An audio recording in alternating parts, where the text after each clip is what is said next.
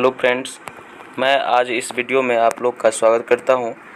इस नए वीडियो में हम लोग आज मुग़ल और मिडिवल हिस्ट्री से जो भी क्वेश्चन है, और ये क्वेश्चन घटना चक्र लुसेंट बुक और मेरे कॉपी से एकदम नया क्वेश्चन है। इससे पहले हम लोग इस चैनल पे बिहार स्पेशल और जीएस में, जनरल साइंस में लुसेंट का कुछ क्वेश्चंस के वीडियो किए थे, और धीरे धीरे कंटिन्यू सारे वीडियो रहेंगे।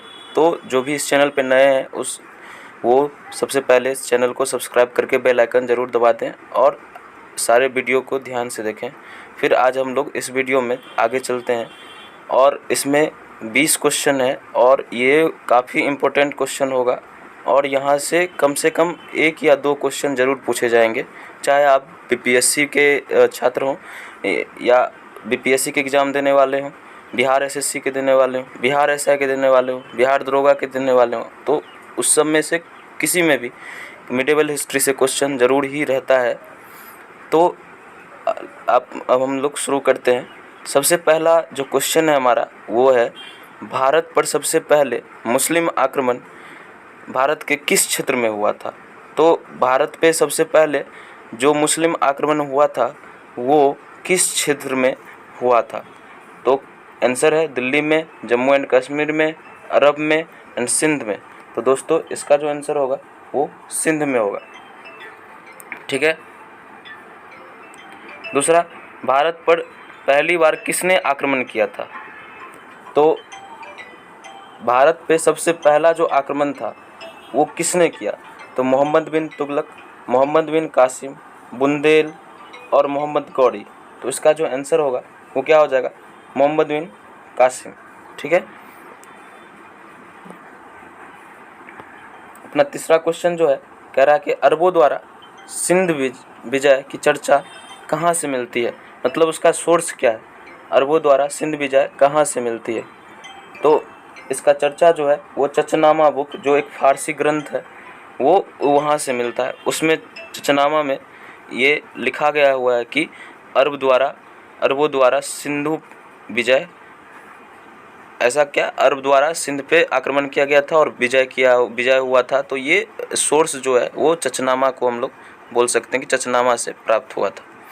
अब अगला ये क्वेश्चन बीपीएससी 67th में आया हुआ है कि हिंदी या हिंदू शब्द का प्रयोग सबसे पहले किसके द्वारा किया गया था? अंग्रेज के द्वारा, अरबों के द्वारा, तुर्कों के द्वारा, पुर्तगालों के द्वारा।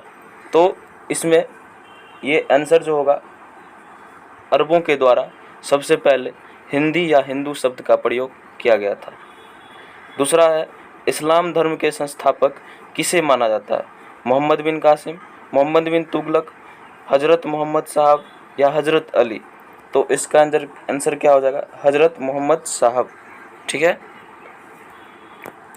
यही हज़रत मोहम्मद साहब जो इस्लाम धर्म के सबसे संस्थापक थे। ठीक है। अब अगला क्वेश्चन हमारा 6 नंबर, ज़कात जो एक दान कर है, यहाँ कर से लिखा हुआ है कि दान कर होता है ज़कात, ये किन धर्म के लोगों से लिया जाता था?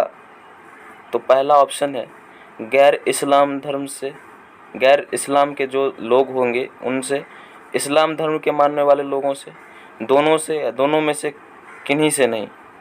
तो ये जो था, ये इस्लाम के जो इस्लामों को मानते थे, जो इस्लाम धर्म को मानने वाले लोग थे, उनसे एक दान कर के रूप में लिया जाता था ज़कात। ठीक है। हमारा अगला क्वेश्चन है, गजनी या यामनी वंश, गजनी ही वंश को यामनी वंश बोला जाता है, तो गजनी या यामनी वंश के संस्थापक कौन थे? सुबुतगीन, अल्पगीन, गजनी या इस्माइल। तो इसके जो संस्थापक थे वो सुबुतगीन, अल्पगीन, गजनी या इस्माइल थे। तो ये हमारे हिसाब से अल्पगीन थे। ठीक है।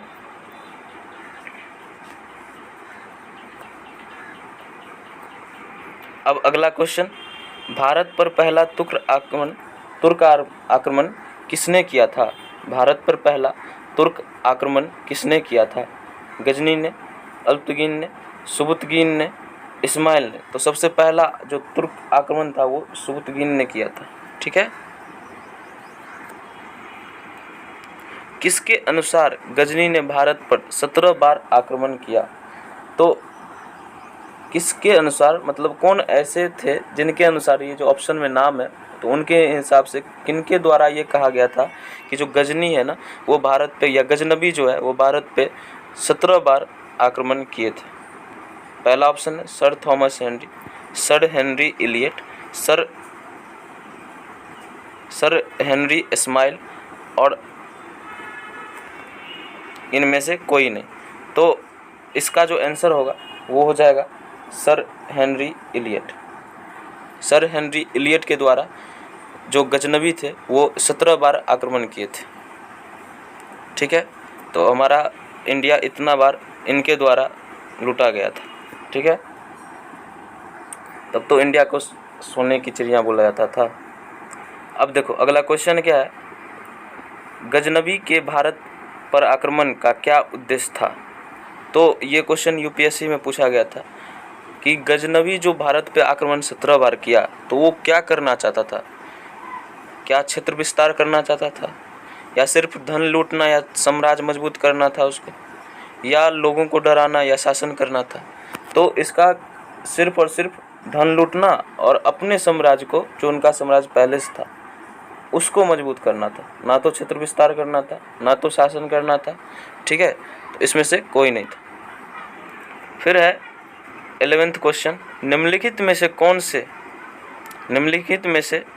कौन से चंदेल के राजा जो कि मोहम्मद गजनबी से नहीं हारे थे? तो इसमें पहला है दांगा, उसके बाद है जयशक्ति, विद्याधर, जयपाल।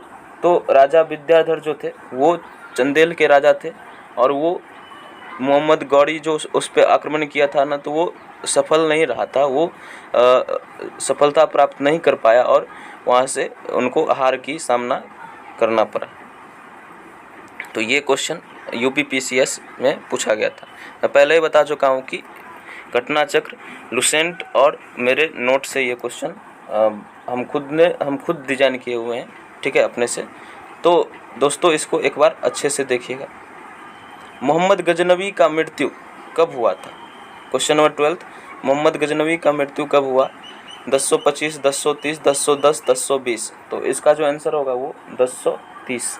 और किन के द्वारा हुआ था? तो ये जब बहुत सारे धन को लूट के जाते थे तो जो जाट जनजाति के ये था तो उनके साथ इनका हड़प होता था, तो उसी में इनका मृत्यु हो गया था। गजनबी के दरबारी इतिहासकार कौन थे? गजनबी के दरबारी इतिहासकार कौन थे? अलबरूनी, उतबी, फिरदौसी, चंद्रबरदाई। तो ये थे हमारे उतबी। ठीक है। फिर अगला क्वेश्चन है, अलबरूनी ने किस किताब की रचना की थी? किताब उल यामनी, किताब उल हिंद, तारीख ए यामनी, तारीख उद दौला।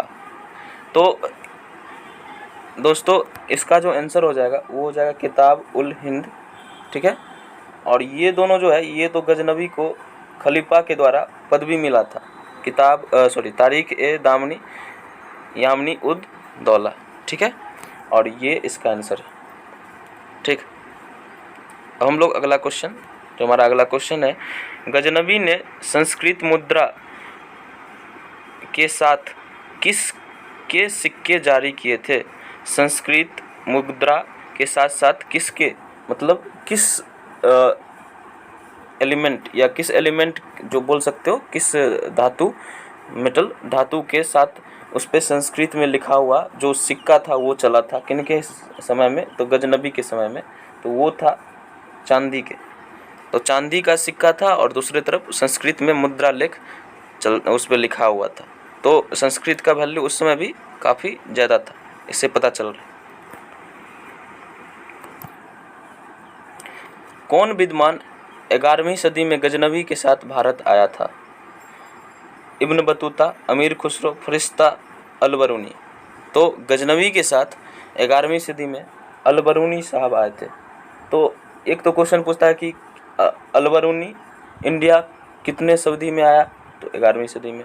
किसके साथ आया? गजनबी के साथ। ठीक है। अगर क्वेश्चन ऐसे पूछे कि 11वीं सदी में गजनवी के साथ कौन आया, तो वो अलबरूनी। तो एक ही क्वेश्चन को कितने तरह से पूछ सकता है, ठीक है। अगला क्वेश्चन है शाहनामा के रचयिता कौन है? तो शाहनामा के रचयिता हमारे फिरदौसी साहब थे, ठीक है। फिर कह रहा है अलबरूनी द्वारा रचित किताब उल हिंद से क्या जानकारी मिलती है? तो मतलब उस समय जो वो किताब उल हिंद जो रचना किए हुए थे, तो इससे भारत के बारे में क्या जानकारी मिलता था? तो क्या भारत के सामाजिक एवं सांस्कृतिक जानकारियाँ मिलती थी, या भारत पे जो अरबों द्वारा आक्रमण हुआ था उनका, या भारत पे तुर्कों द्वारा आक्रमण हुआ था उसका, समझे? तो इसका जो आंसर है, और एक और क्वेश्चन, गजनवी का चरित्र, तो इसका जो आंसर होगा वो हो जाएगा सामाजिक एवं सांस्कृतिक जानकारी इस किताब उल हिंद के नाम से जो लिखा गया था अलबरूनी के द्वारा, तो उससे सामाजिक एवं सांस्कृतिक जानकारी मिलती थी, ठीक है। कह रहा है कि वह पहला मुस्लिम था, 19th क्वेश्चन, वह पहला मुस्लिम था जो कुरान को पढ़ा। तो अबुल फजल, दाराशिको, अलबरूनी, अकबर। तो इसका आंसर हो जाएगा अलबरूनी। तो यह पहला मुस्लिम था जो एक मुस्लिम होते हुए कुरान को पढ़ा था, ठीक है। तो वो अलबरूनी थे, बहुत विद्वान लेखक थे ये, जो कि गजनवी के साथ 11वीं सदी में इंडिया पहुँचे थे, ठीक है। तो दोस्तों आज के लिए इतना ही, ठीक है। और अच्छा लगा हो तो चैनल को लाइक, सब्सक्राइब और शेयर ज़रूर करें अपने दोस्तों से, ठीक है दोस्त। Thank you.